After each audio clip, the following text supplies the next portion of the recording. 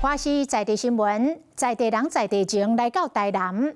這個台南獨有，而且已經傳承幾啊百年的做16歲風俗，今年要佇個安平開台天後宮來舉辦。這屆總共有400個青少年做伙來參加。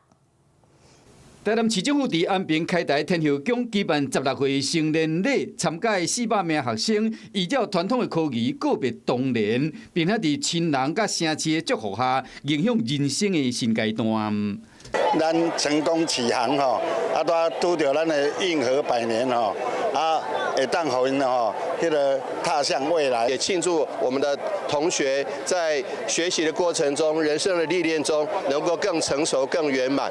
成年禮為參拜天上聖廟，甲文雄帝君開始，並且經過花道至狀元墓，弄出招母經，代表正式告別童年，需要到皇帝下親溫。覺得很新奇，第一次參加這種節目，從橋下過去的感覺很新奇，就覺得自己突然間16歲，很特別。結合歷史、民俗甲宗教意涵的文化活動，唔但傳承在地信仰，嘛互地方家庭留念。